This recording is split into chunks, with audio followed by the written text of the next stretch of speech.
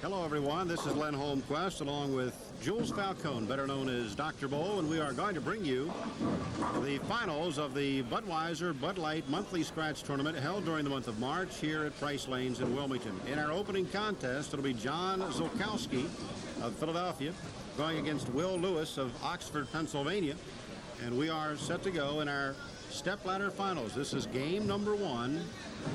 The winner of this game will move up and bowl John Santis, who is a new Delawarean, now living up in Claymont, Delaware. This is John Ziolkowski.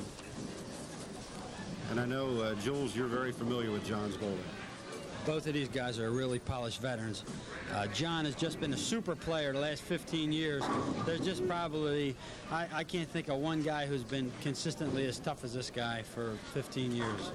And he started out by blowing the rack away. Yeah, maybe there's some guys that have good runs, but over 15 years, this guy's got to be one of the top 3 toughest you'll see. Will Lewis, the 5th place qualifier. To qualify for the finals here in the monthly scratch tournaments at Price Lanes, you bowl 6 games, and then at the end of 6 games, the top 5 roll stepladder finals, just as though they do on the PBA tour. Yeah, it's that simple. And boy, they really shot the lights out in this month. They just killed them. This is a different pair, though, and they just did the lanes, so we're yet to see how big the scores are going to be or how small. And Will Lewis with a double. Both these guys are veterans. I expect decent scores from all of them. No missed spares. Just a guy that makes a mistake with their first shot once in a while will be the loser. It's as simple as that. It seems like an oversimplification, Len. The only problem is nothing is simple in bowling. You got that right. Looks easy. He cut that push away off a little bit and didn't get away with it. His follow through is, he's cut his follow through off. His follow through is generally way out in front of him, and he picks the ball up real hard. That one there, he just chopped it right off. Lost the ball in a downswing. The ball never made the turn. Didn't carry to 7. John's been bowling for 24 years, has 5 300s to his credit, has a high series of 806. And his best season-ending average, a healthy 222. And he covers that 7-pin. Hey, John will probably be in the top 2 or 3 of averages of any league he bowls in. Well, currently bowling in 2 leagues. Told us that his favorite pro bowler is someone who's favored among a lot of people, Dick Weber. Dick Weber, that's an old-timer, huh? Everybody likes Dick Weber. Sure, but it's probably most people's favorite would not be Dick Weber. Most of the young people don't even know who Dick Weber is. Probably never saw him throw a ball.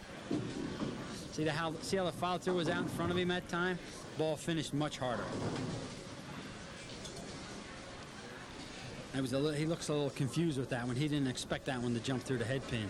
So probably what that means is the left-hand alley is hooking a little more for him. He didn't expect it. Had a spare in the 2nd, gets the 8 count here in the 3rd.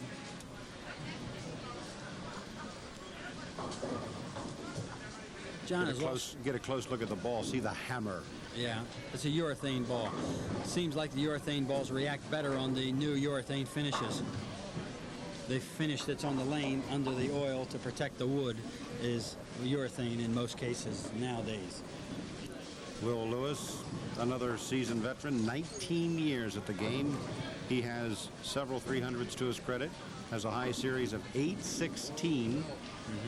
And he just pounds it away. That's a triple. And a 22-pin lead real early in the game. But this game is long from over, so don't count anybody out.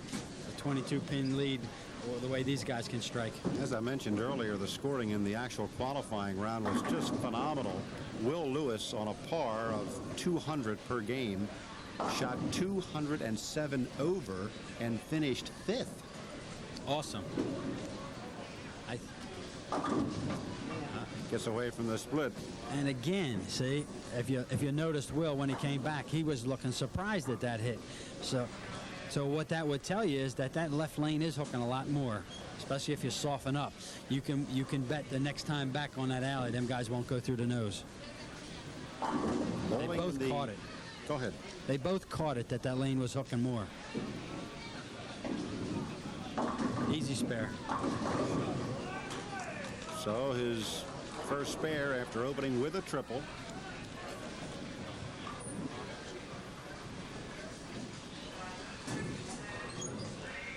Ziolkowski, as we've said already, Joel, is very, very well known in the Philadelphia area. You read about Philadelphia area and bowling. His name is always mentioned with the leaders. For sure. He has more of a station-to-station delivery rather than a real free swing. He lets that shoulder open. He's got a little bit of control of his swing, but he's got great knee bend, and he stays through the ball and does pick it up on the way up. You don't lift the ball at the bottom of the swing. You lift it on the way up, and John does it as good as anybody. Can you explain that station-to-station? Well, instead of having a swish all the way back and then swish all the way forward swing, he sort of grabs the ball, and it's sort of it's like shifting gears a little bit. Not as free a swing as a lot of guys. A little bit like Earl Anthony. If you notice, everybody watches Earl. He doesn't have a super free swing. It sort of clicks, click, click, click. A lot of stops and starts. Not the recommended way, but a guy like this is a. John disappointed that the 4-pin wouldn't go. He thought he had them all. He gave the lane a lot more room. Maybe he just didn't trust himself. He cut the follow through off a little bit. But he knew that lane was going to hook more, gave it more room, and then didn't execute. That's going to hurt him. He's 20 down. He's really got to get started. He's got to get on track. Should be a routine spare for John. Can't imagine him missing that. So John Ziolkowski,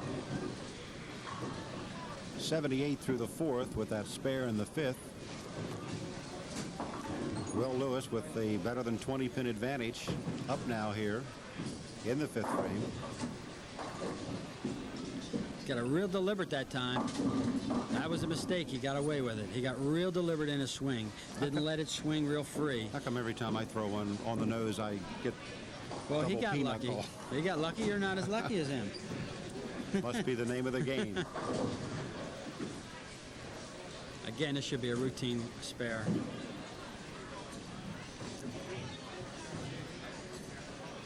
Through the first 4, Will with an 18-pin advantage. He picks up the spare here in the 5th frame. We'll be back to continue our first match in just a moment.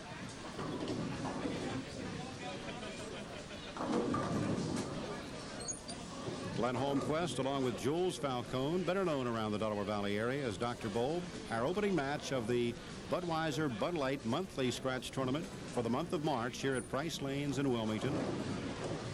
Will Lewis with about a 2-mark lead, and he pounds a strike in the 6th. He lofted that ball about 3 feet out on the lane. Kept his swing much in line, much better than the last time. The last one he got real deliberate, right in the push away. Never had a chance on the second step on. You know what I like about watching the better bowlers, the scratch bowlers like John Ziolkowski, Will Lewis, and we'll see others in this show. Yeah.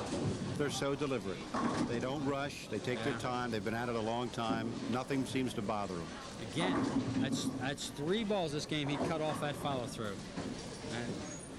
3 mistakes like that in a match like this should cost you the match. So what that means in statistics is John's in trouble. Well, right now it is costing him the match. Yeah.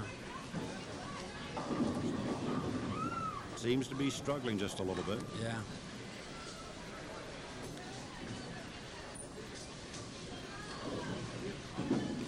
See how he picked that one up? Notice where his follow through was?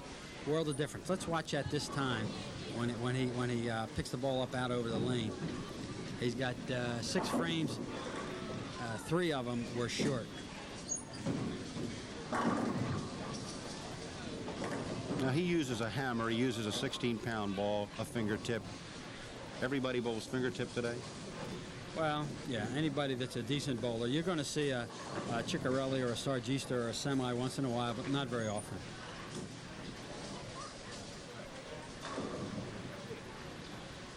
See, he picked that one right out in front of him. And he gets away from the split. Okay, that was a much better shot, though. See, if he gets some confidence back in that swing, that can change the momentum of the game. Even though he didn't strike, as long as he can finally trust his shot, that can change the momentum of the game for him in his mind, and that's all you need. During the qualifying round, John had games that, well, he opened right out of the box with a 289, 249, 235, 224. Then he got south with a 193 and picked it back up with a 227 and covers here in the 7th frame. Will was only 10 pins behind him in the qualifying round. He started a little slower and finished in a hurry. 224, 187, 212. Then he decided he'd had enough practice and came with 269, 268, 247. And he is in command. Definitely in command. He's got a 30-pin lead. He was a little short with that ball and got away with it. They should have never blew that 5 out. He got away with it, really put him in command. You notice he laid the ball right on the foul line, never picked it up like he did on 1 alley. But it's nice to get away with him once in a while. Now Will's wearing some kind of a support on his wrist. That seems to be, I see that more and more today, Jules. I think that's just a brace for his, he's probably got a tendon pull in his arm. It's not on his wrist. See, it's up above his bicep. Now John's in trouble. Now but you mentioned wrist. How many times do we watch the Pro Bowlers tour and everybody has a wristband on? We've got 2 fellas here, great bowlers, no wristbands. Well, there's a couple things with that. Some guys do wear them, but most of the guys on the tour, they get a check for wearing the wristband. So sometimes they're using it, sometimes they're wearing it just for the check. Stubborn 10-pin. Probably not the right thing to say, huh, Len? Well, you know, we're not giving out any checks for wearing wristbands, but yeah. Let's face it, if your game is predicated on not wearing a wristband and you're bowling for the kind of money that they bowl for on the PBA tour, you're going to change? Simple. You just cut out the metal. They get the wristband and they cut it open on the inside, take out the metal, so you have nothing on except no support the advertisement. whatsoever. That's the way it is, Len. Only Dr. Bowl would know that. Will Lewis is on his way to a first match victory here over John Ziolkowski. John not having a whole lot of luck. If he finishes out strong, he'll be up around the 200 mark, but Will Lewis way out in front. John's got to have this one if he plans any charge at all. No luck. 4-pin. He's had a couple of those. Yeah, the game's over as far as John's concerned. Don't let this game fool you, fellas. This is a hell of a bowler here. And we have a little delay. As you can see, we've got a pin rolling on the deck, and we'll need someone to go down and take care of it, and we'll be back in just a moment. They rolled off the lane. Maybe that'll be all right. We have somebody going after it now.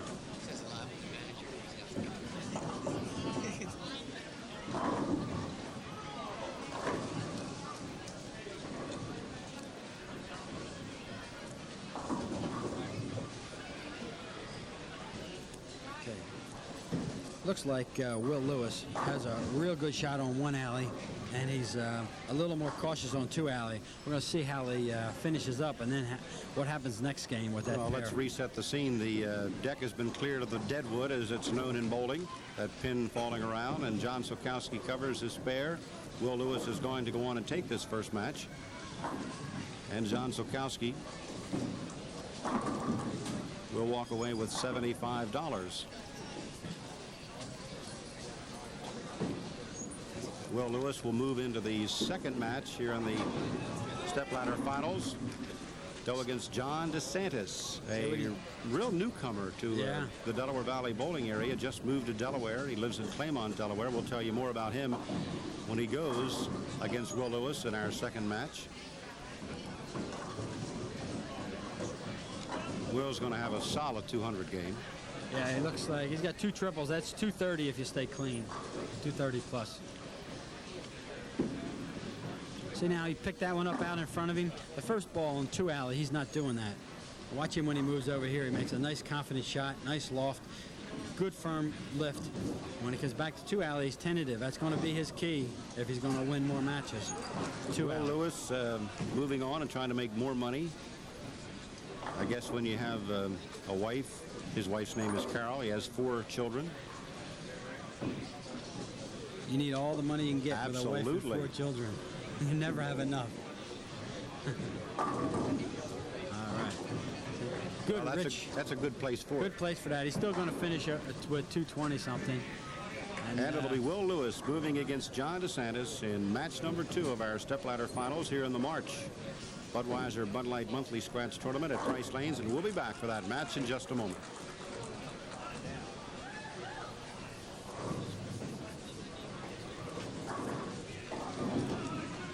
You have to make a presentation. Wait till the end for the presentation. Want me to ask him who wants to start? Where? Well, this kid's got to get 4 balls. Yeah, he's got to get practice. Let him finish up.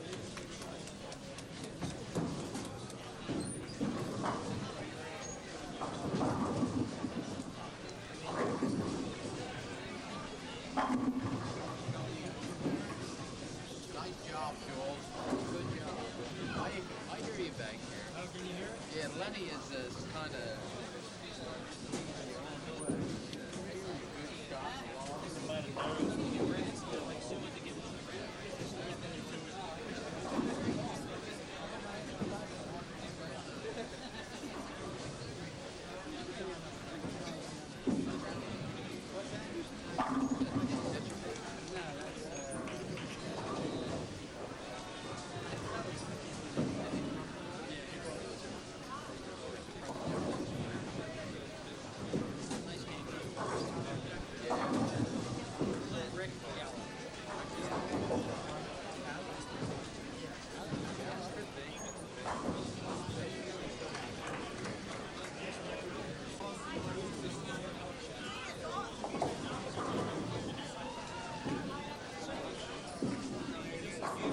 Yeah, he's ready. He's ready. He's going to open on 1. I asked him. I said, when Yeah. you've done your balls, let me know where. Our second match of the Budweiser Bud Light Monthly Scratch Tournament at Price Lanes, and this will be John DeSantis, 3rd place qualifier during the 6-game block that led to our stepladder finals, and he'll go against Will Lewis. Will winning the opening match over a strong finishing John Ziolkowski, 221 to 204. John Ziolkowski, even in defeat, strikes out to make it look good. So Yeah. that's a veteran. He's a class player. John DeSantis opens strong. John, 26 years of age. And a new face. Yeah, he has a new face. I haven't seen this fella around. He just moved into the area, you said? He's been bowling for 14 years, has a 300 to his credit, 775 high series. Great shot by Will Lewis. His best shot on that alley. That was the one he was fishing on. And he just threw a stone there. Nice confident swing. Just what he needs. Where is John DeSantis from? He is from, well, he lives in Claymont now, has just moved into the Claymont area.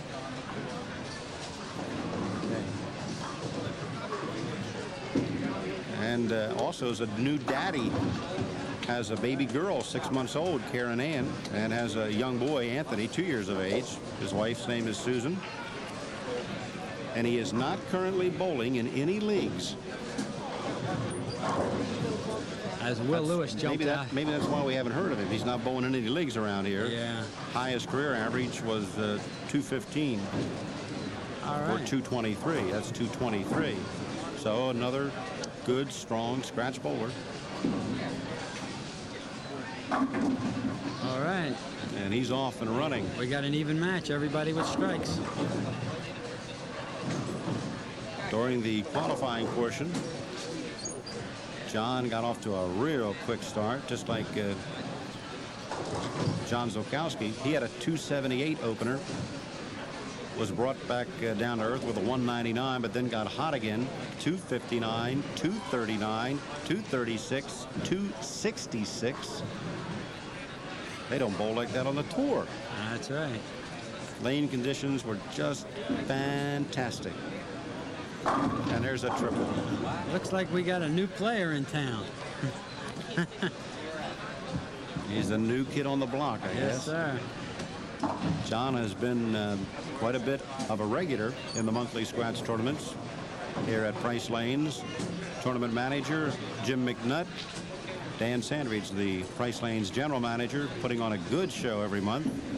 And the bowlers come from Washington, Baltimore, Trenton, Philadelphia, all over the Delaware Valley and further south.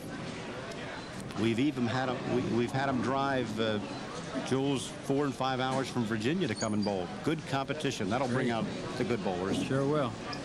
On that first ball, Will let that follow through, get a little inside a square, and just hung to 10. Otherwise, it was a good shot. And he needs to make good shots because he's in a match here. Yeah, he's got somebody that came to play and it can strike. There's no handicap here, so actual score counts.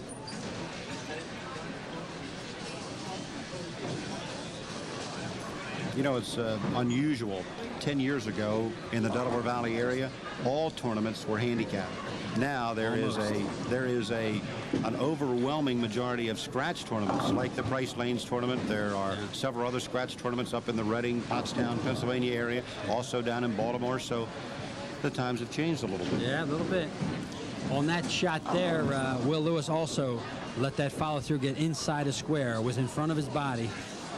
And inside of square shots caused the ball to be weaker. Left him with the 2-7. Here's a Trouble in River City. You got a guy, he's got an open now, and his opponent's got a triple and working. John DeSantis, the new kid on the block, could put Will Lewis away here. A couple shots here. Will is in the spot that his opponent in the first game was in at this point. John Ziolkowski was down 2 working on 3 marks, and Will is going to be in the same boat. He's already down 24. Let's see what happens here with this shot.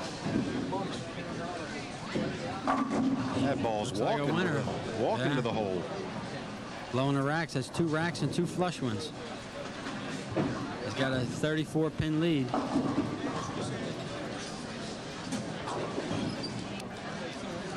Not being familiar with a guy, you don't know what his tendencies are yet, but they'll show up today because there's 2 more games.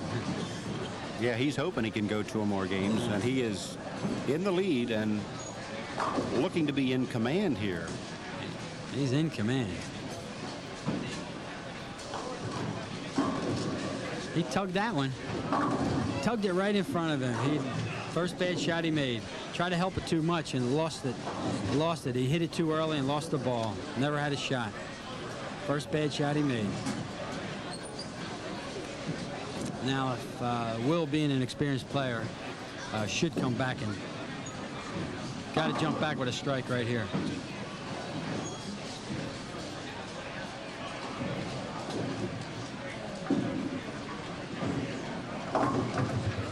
John gets them all. Good cover. That is a good cover because that's a tough shot. I can't read right off the top of my head the percentages for the pros making that cover, but it's a tough one. Well, a pro would probably make that 9 out of 10. 9 out of 10 times. And Will, just as you that one. suspected, jumps right on it. He has to. He's 30 down right now. This is his good lane over here, so he can be 20 down and working. If he can hit 2 again next time, he'll be back on his good lane again. He can make it a match. But that was the key shot there, the last one. Not that this one's automatic, but it's going to be much easier than the last one. And he has a double, and he is back in the match. He's much more comfortable on 1, see, so his key has got to be 2 alley. And now I think he's got John DeSantis in a little bit of a spot. Well, John's still got a 20-pin lead. If he can get back working on a strike, it won't matter what Will does. However, if he doesn't, it changes the story. This is the alley. He's got the blowouts, the light hits, and blowing the racks out. He got that one up a little bit more. Got a nice soft 10 to go for him. Yeah. Got things going his way. That's the one he needs to be working. 20-pin lead and working. It's right where he wants to be. TV cameras heat things up a little bit. Seeing a little bit more of the rosin back that we might normally see. Yeah. Wet fingers don't go in bowling. Not often. And John, he responds. He wanted that one. He says, I'm not going to throw that 1-2-4-8 again. We have got ourselves a great match here in the stepladder finals of the monthly scratch tournament at Bryce Lanes. Len Holmquist and Jules Falcone, Dr. Bowl. Heat's on Will this ball. It's got to be. It's got to have it. Yeah. That's his 2-alley. And he looks a little surprised. Yeah, well, he's been cautious on this alley. He pulled one for the 10-pin. The only good shot he made was the last time on this alley. So, oh no, he made a good shot the first frame too, but he made 2 good ones and 2 bad ones. You can't do that with a guy striking like a crazy man on the other side. Will won the opening match over John Ziolkowski of Philadelphia, 221. Good shot. 204, and he's got it. All right. And he gets a little bit of a response from our crowd here at Bryce Lanes. We're bowling on lanes 1 and 2. We have a nice crowd here, but most of them are out of our camera range. They're down, standing behind lanes 6, 7, 8, and 9.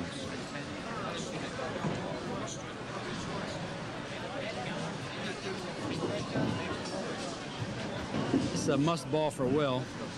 And it's also got a good alley, you know. He's got to hit 2, or the 2-alley already put him under the hammer. Now, the next time, 2-alley's a must ball, a must shot. John DeSantis here in the 8th frame, working on a double, and he has the lead.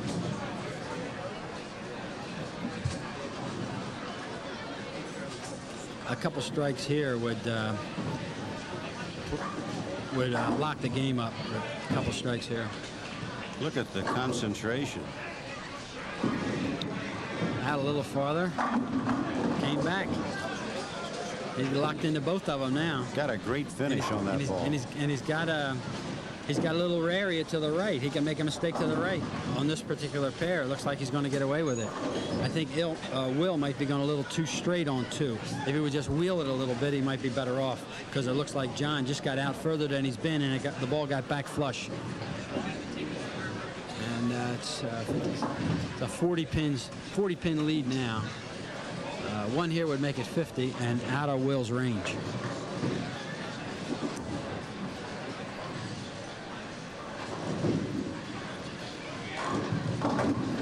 And he Big break.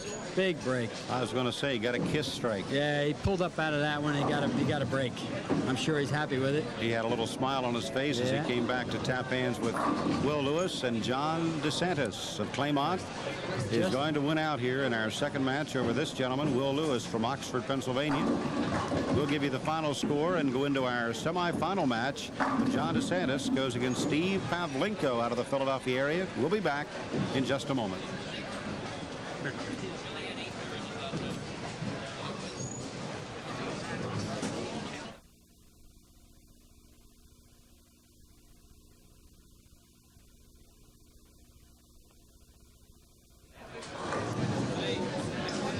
We are ready for our semifinal match in the Budweiser Bud Light Monthly Scratch Tournament held at Bryce Lanes, first Saturday in March. And this is young Steve Pavlinco, 21 years of age, from out of the Philadelphia area. And he wants to open. Steve tied with Jim Johnson Jr. of Wilmington for the top spot in the qualifying. Both bowled 256 average for 6 games. Awesome. And the funny thing about it here is Steve unfortunately opens up with an open. In his final game, Steve bowled a 289 and the final pin didn't go. So they had a 1-game roll off, and Jim Johnson beat him in the 1-game roll off, 232 to 224.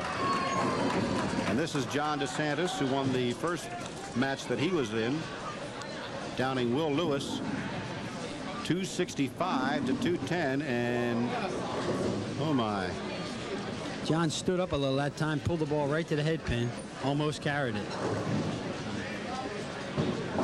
So it'd be a good match. Both of these guys throw a ton of ball, and you're going to see a lot of hooking and a lot of exploding racks.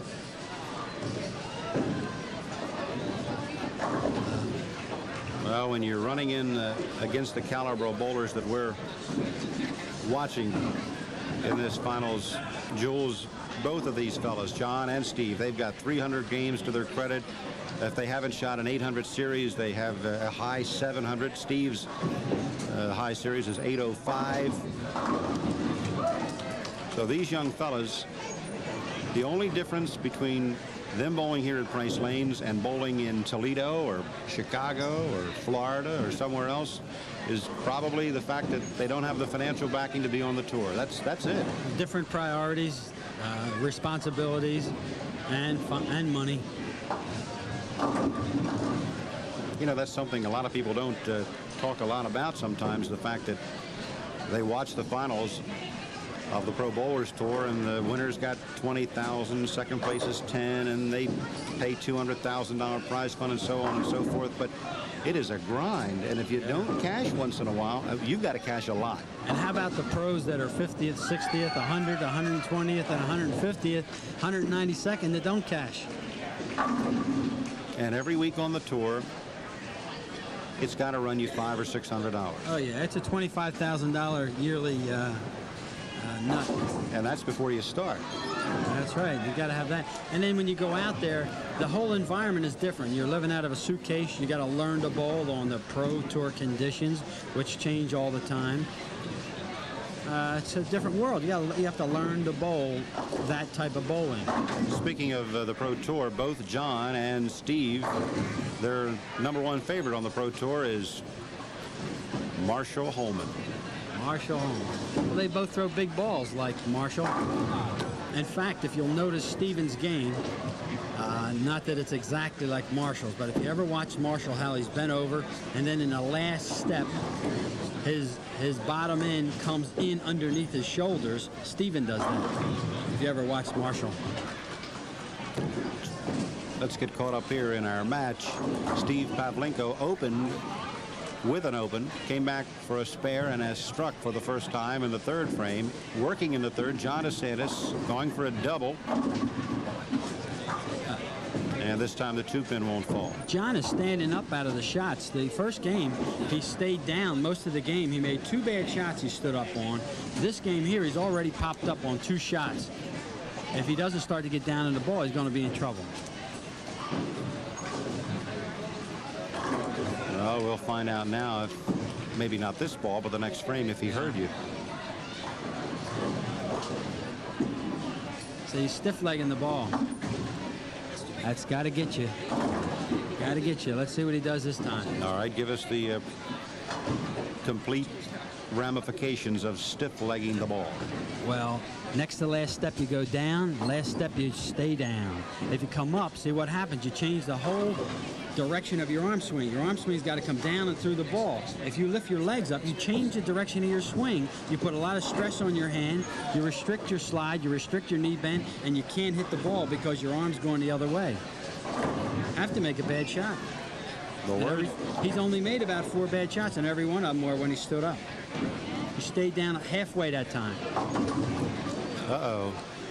Yeah, he's going to get in trouble unless he mustn't be thinking. I don't know what he's doing, but he's not thinking about his game. He must be just thinking about hitting the ball. Seems to be a little confused right now after really blowing the rack. Way to go. He was blowing the rack out in the opening game. Opened with a 4-bagger. Had another 4-bagger in the 6th through the 9th frame. Now let's watch here. Watch Steven as he goes into the last step, how his butt comes in underneath his shoulders and his knee stays down so he can get through the ball. Pavlinco has won here at Price Lanes already during the 83-84 monthly scratch tournament season. Last month. And he was second the month before. Are you saying he's consistent? I would say he ought to put his cot in a building here. 'Cause it looks like he's got a home here. He blew out the rack, and he is working on See how a he stays- four-bagger. His upper body weight's back over his legs. His legs are down. It allows him to get through the ball. You really have to be together to beat a player like that. 256 average in the qualifying round. Had to go against Jim Johnson Jr. of Wilmington because they tied for the top spot in qualifying. And he got nipped in that roll-off game by 8 pins, 232 to 224. And he has come back here for a three-bagger after opening in the first frame, and now he's got 4 in a row, and he is happy about it. Smacks his hands with glee. He's got the momentum going his way now, and he is a very confident bowler, not really cocky like a lot of guys, but very confident. Now it's up to DeSantis to come back. The pressure's on John here. He's really got to do something. Better start thinking about executing good shots because he needs strikes.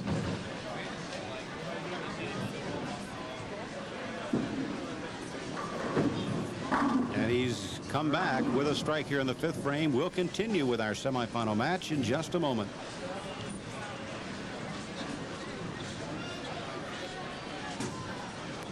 This is Len Holmquist along with Jules Falcone, better known as Dr. Bull in the Delaware Valley, and we are in our semifinal match of the Budweiser Bud Light Monthly Scratch Tournament at Price Lanes. It's John DeSantis right here on lane 1, trying to make it a double as he is comebacking against his opposition, Steve Pavlinco.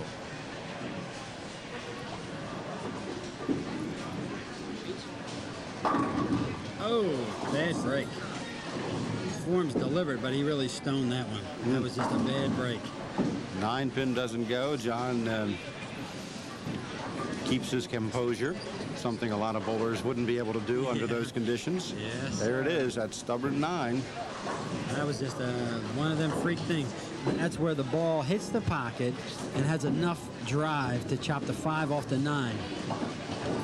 And he covers, and he really needed the double.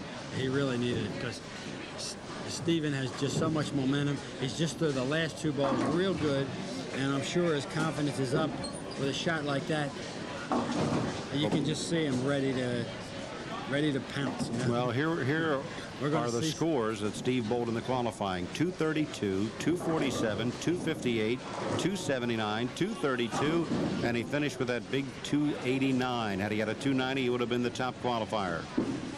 Oh, bad shot. Off the leg.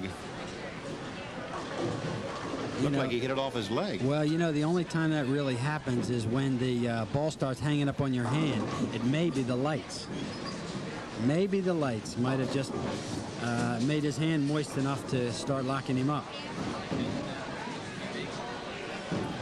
And only the 3-pin count on a 4-bagger. He just gave back a mark. Gave back a ton. And a spare. There's a brand new game here. This game's wide open again.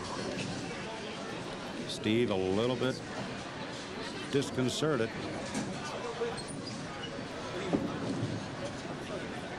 Boy, that put John right back in the game. It's only 13 pins now. It was just 40. Boy, Now, quickly things can swing. We have a brand new game with a half a game to go almost.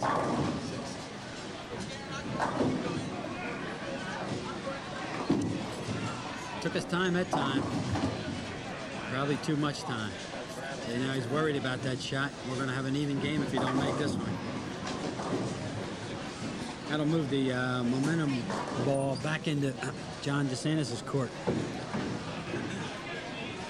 John DeSantis winning in their preceding match over Will Lewis.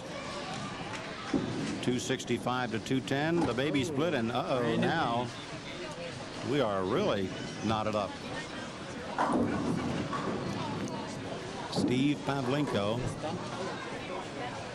after 7, 129. Stump getting tight. Steve thinking that That's what it looks like. he had put John DeSantis away, but had the ball hang up on him in the 6th frame and got only a 3 count on a 4-bagger. Then threw the baby split and didn't pick it up in the 7th frame. Little short. Little short. He just laid that a little on the foul line, turned it over, and didn't carry the 10. Now, let me tell you what these fellas are bowling for. They're bowling for $125 difference. The loser will walk out with $125. The winner has a minimum of $250 and a chance to go for the top prize of $500. We're not talking cabbage. That's right. That's a decent payday, especially for doing something you like. Hey, this game's within 2 pins right now, and we have both bowlers struggling a little bit. Well, our opening 2 matches were over in a hurry. Yeah. So this one looks like it may go to the wire. Yeah, it sure does. John Santis on 1. It's a big ball for John. He needs this for to maintain that little bit of momentum he might have with them 2 open frames that Steven just had.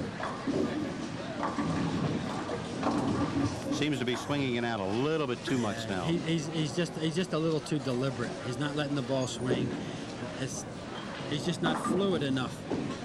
When you control that swing, the legs get rigid. If you let the ball swing and just walk next to the swinging ball, your game becomes much more fluid and you can be much more effective.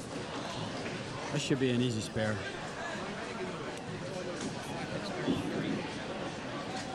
All right, now the load turns to Steven, and let's see what he can do with this. John DeSantis with a spare in the 8th frame. His count through 7, 124. Steve Pavlinco open in the 7th frame and at 129 and looking to get back the strike ball that he had earlier. He's off 2 holes in a row, so this is a key shot. He's got to get his composure back. See what he does with it. A little soft, little deliberate. Say he was probably worried about them 2 opens, and he's not throwing the ball firm, and he's not being aggressive enough. Wants to make like sure. Wants to make sure of himself. He comes off of that 4-bagger like a tiger, and now all of a sudden he's getting real cautious again. If he covers here, we have a 5-pin difference in the match with Steve on top, and he does cover. 5 pins separating these 2 through 8. And both bowlers are on a spare, and this game has to end in strikes. With these type of players, they have to have strikes to win. We're in the 9th frame, so somebody better start striking soon. The old foundation frame. Yeah. Both of these bowlers are using AMF angles, which are urethane balls. And I don't think we've seen anything but urethane balls in the matches yet. We saw hammers and angles, all urethane balls. They are much more compatible to the urethane finishes. And again, he is soft. He's doing the same thing. And he is upset with himself. He just lost his confidence on that. The ball he sailed out into that 310 or that 610 pocket just took all the wind out of his sails, and he's never recovered. Steve just shakes his head. 805, his best series ever. I bet he wishes he had a piece of that right now. Almost looked like he was going to run by it. Yeah. John DeSantis re-racking again on this alley. He doesn't like to rack on 2 alley.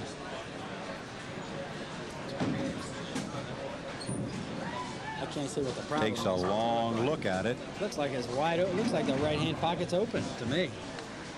Looked like he Well, he wanted to has shoot that re-racked one. it again.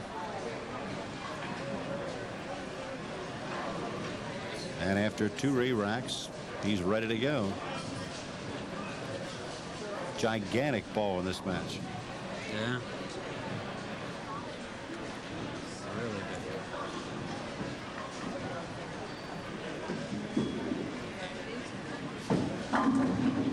Okay. He's a A little short with that follow through. The first time he's done that, he's lost him short, but that time he sort of cut it off. Instead of picking the ball up on the upswing, he cut it off. And the six pin just laid in the channel. Just laid in the channel. I mean, it might look like, to somebody who says, wow, he hit the pocket and got a 10 pin, it might look like it was a wrap. That was no wrap. He didn't make that good of a shot.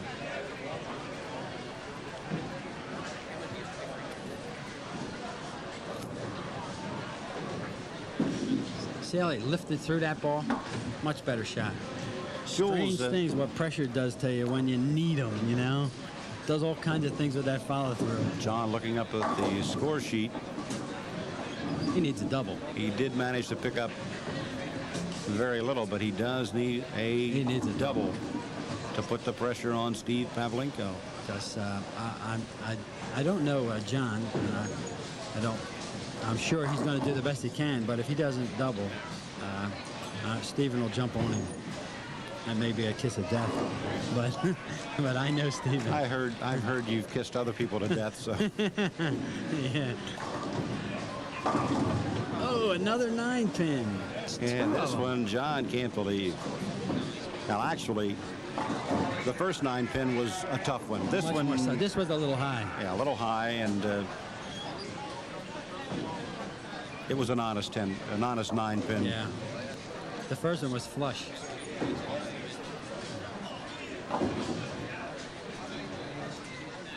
And the onus will be on Steve Pavlinco. And John DeSantis. Easy spare.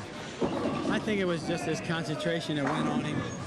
And he totals out at 171.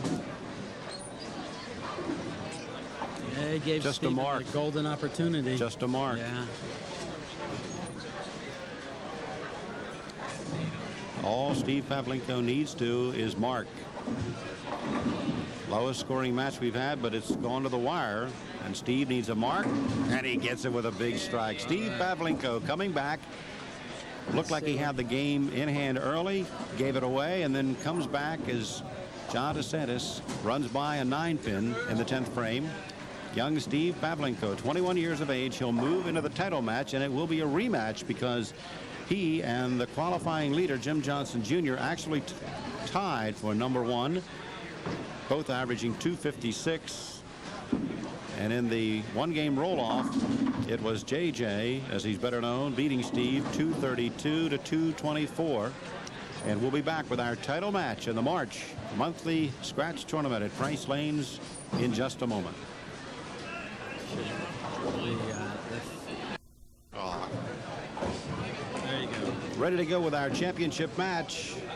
And this is the qualifying round leader, Jim Johnson Jr. from Wilmington. JJ, as he's better known, Jules, and everyone who does any kind of scratch bowling, I guess, throughout the Delaware Valley, Washington, Baltimore, they know JJ. Yeah. He is just awesome at times. Yeah. I don't know who wins more in Delaware, him or Atkins, but he's got to be one of the most winningest guys down here anyway. The Atkins that Jules was referring to is Tom Atkins, JJ covering to open here in our championship match. These two have already met once, with Jimmy winning a qualifying round roll-off, 232 to 224. Steve actually never lost the lead in the last match, but he sure made it interesting. Yeah, he sure did. Hope he comes out of this game a little bit cleaner. That would look like a good shot. Oh my. That's how much I know, huh? Final score. That's an ugly. Final score in the semifinal match was Steve Pavlinco 185 and John DeSantis 171. He opened up with a 4-6 against DeSantis. It's not a good habit to get into. And that's even tougher to make. Yeah. It should actually, the percentages is higher shooting the 4 into the 9 and 6. Yeah, that's less percentage the way he shot it. These two meeting for the title, $750 in prize money on the line, $500 to the winner. The loser goes home with $250. Not a bad consolation, but a long way from $500. Yeah, you don't want to come this far and go home second. I'm sure anybody that wouldn't get this far. No, that's the name of the game. Yeah. Go for it. stone 10. That's the first decent shot he's made in about 5 frames. You know, he was really struggling the last half of that last game. Lane 1 was not his best lane in the first game, in his first game. Yeah, he ran through the nose a couple times on it.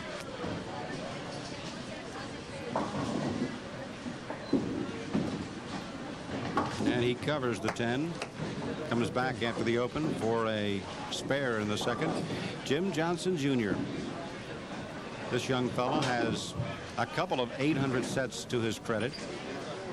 And you may have trouble believing this, but he has 14 sanctioned 300s.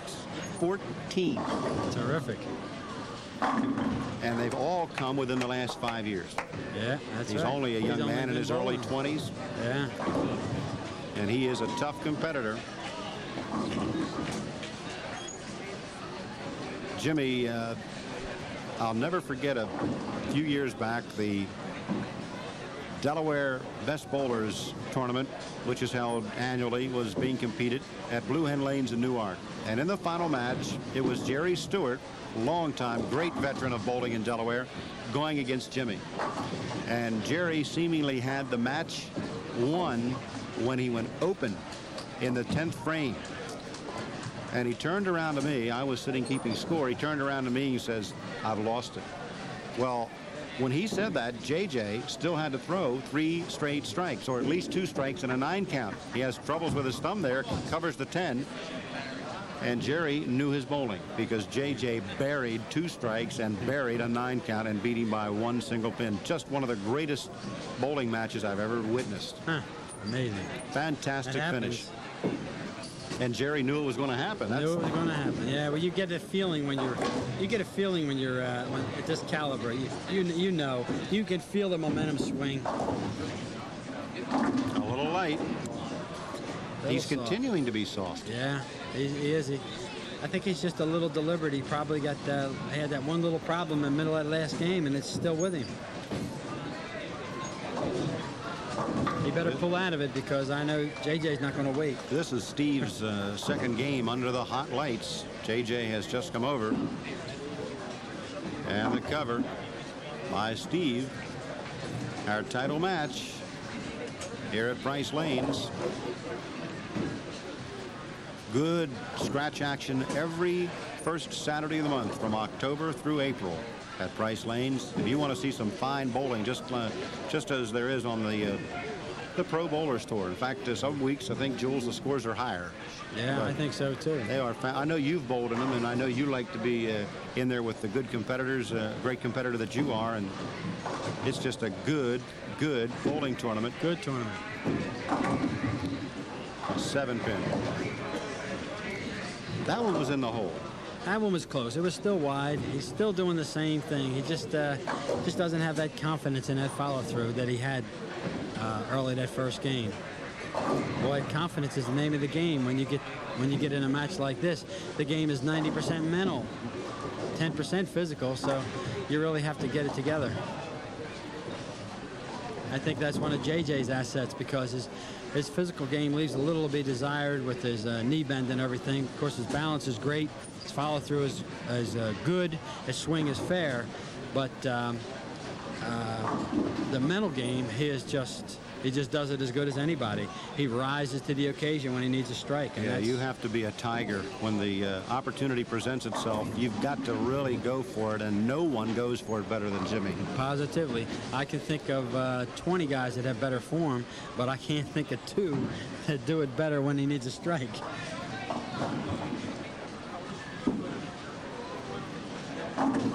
And he's got it. Yeah. Got the 5-7 to fall. Very intense. He's an intense player. One thing about JJ, he's not going to beat himself. You have to beat him. No, very, very seldom have I ever seen Jim Johnson Jr. beat himself. The only problem that he'll have, Jules, every once in a while is early in a match. If he gets down early, he'll have a tendency to start thinking of the next match. Well, that means he's human. And he's got the 10 to go for him. Double here in the 4th and 5th frames for Jim Johnson Jr. He's got a 20-pin lead now.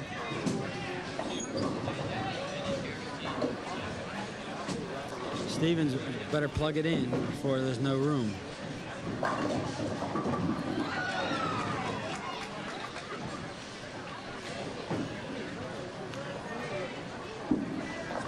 Looked like a good shot that time. Oh my God. That's just a bad break. Steve, absolutely. It was a good shot, was in the pocket, just didn't get anything to go. Really just a bad break. Pocket 7-10.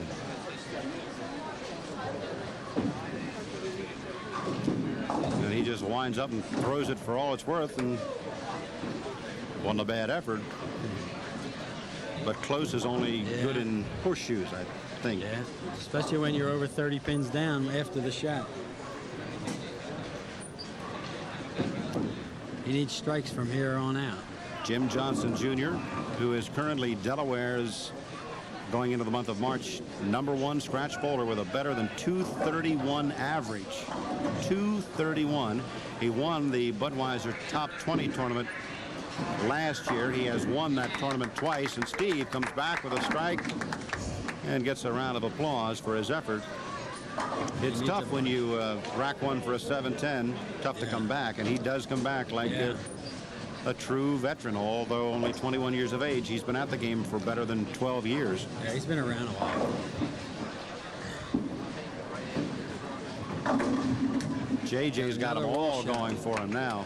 Yeah, he's got 2 wall shots on 2 alley and a 10-pin out of the gutter on 6, getting it out of the gutter on 1 alley. All right. Oh, he got a triple. Wall shot. Explanation. Wall shot is when the head pin hits the side wall and comes back and cleans out the left.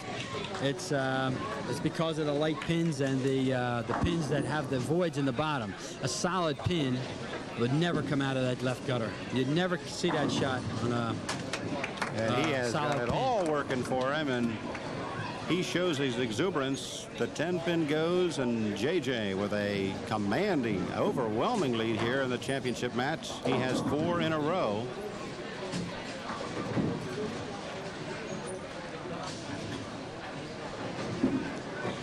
Not gonna make it. And I think Steve knows that it's turn out the lights. Turn out the lights. The party's over. That's it. Steve had it early in his first match, had 4 in a row, then got hung up and has really never been the same, although he won the first match that he was in, beating John Santis in the semifinal. The ball just looks real inconsistent off his hand, and I have to think it's the lights have swelled his thumb, and it's just enough to cause him a few problems. Between matches, he indicated to me that it was a timing problem, but I have a feeling it's the thumb. Now, he was having all sorts of problems with lane 1, and his last 2 strikes have been on lane 1. Yeah. If he could only find lane 2. Yeah. And it's too late now anyway. Unless JJ. Unless he takes a gas pipe or something, and he's not likely to. Usually when he gets you down, he wants to step on you. Solid. Oh! All right. Well, he got that one up to the pocket. He got 2 wall shots. He can afford that Yeah, one. got 2 wall shots. I guess he figured he didn't want to try that again.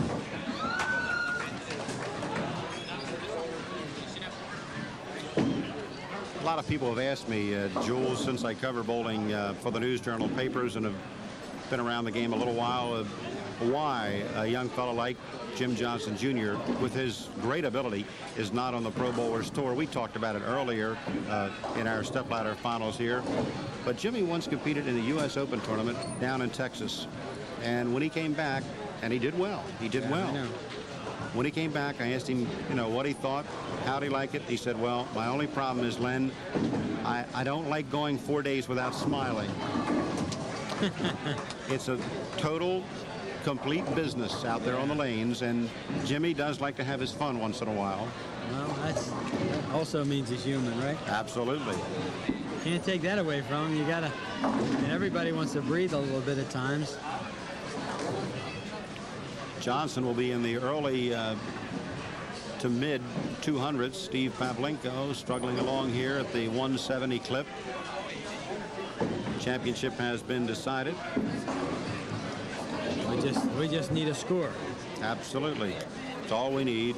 These two really put it together in the qualifying round. Jim Johnson Jr. in the qualifying had games of 258, 247, 237, 258, 279, 258, and all he could do was settle for a tie for first. He didn't win the roll-off, but to bowl that well and have someone also tie you, it's got to be a little disheartening. And a 256 is an average of a 7-bagger every game with no opens. Take that to the bank. And so this exhibition you're seeing from Steven is really unlike him, because all day long he was just awesome. Steve Pavlinco bowling it out here in the 10th frame. He'll be in the 170s, and we'll see what Jim Johnson can finish with. He'll be working on a strike in the foundation 9th frame. He could strike out for 249 or get a spare and strike for 229. Well, let's see if JJ wants to go for a show for our fans. Yeah, let's see what he pumps up here. Jimmy with a win, and he's going to finish it out. Checking his time to make sure he's got time to throw 3 strikes, I guess. Yeah. He figures if he's in a hurry to go someplace, just throw strikes and you can get out of town. He softened up on that one. There's one of them. Got into the That was a 5. Moses strike. Yeah. Keeps all them balls in play. With that follow through right out in front of him like that, it keeps all the balls in play. JJ's taking his chime piece again. I guess he's going to go for another strike to make sure he keeps on schedule for wherever his appointment is. He's talking to everybody now. You know, he knows he's won. There's another. Oh, my goodness. 229, 238. I mean. So it's Jim Johnson Jr., the winner over Steve Pavlinco. Jim Johnson Jr. from Wilmington, Delaware, winning the March Budweiser Bud Light Monthly Scratch Tournament here at Price Lanes. The final count as he throws his final ball over Steve Pavlinco. Our final count is 238 to 172. Back with the winner in a moment. This is Len Holmquist at Price Lanes in Wilmington, Delaware, and we are standing now with our Budweiser Bud Light Monthly Scratch Tournament winner for the month of March, Jim J.J. Johnson, who, Jimmy, you really put on an awesome display of bowling in the qualifying round, but I mentioned during your match with Steve that, you know, it's tough to average 256 for 6 games and not be #1. Did that startle you a little bit? Yeah, Steve bowled good. He's been bowling good all year at this tournament. He's won 1. I think he's finished 2nd once, but he's been bowling real good. This is your first win here, and I know being a hometown boy, you're the top dog every time you come out here, aren't you? Yeah, I'm trying to. Well, this time you go off with the championship, and we have $500 for you. Let me ask you one quick question before we fade out here. You're checking your watch as we wrapped it up in the championship match. Are you on your way? Do you have a big appointment? You had to get out of town, throw strikes or something? I wasn't checking my watch. I was writing down where I was standing on the lane, because lane 1's a little bit different than lane 2. Always thinking of what he's supposed to be doing as a top-notch bowler. Jim Johnson Jr., a champion here at Price Lanes. And until the next time, for all of us here at Price Lanes, for Dan Sandridge, the manager, and Jim McNutt, the tournament manager of the monthly scratch tournaments, this is Len Holmquist. Good bowling to all of you.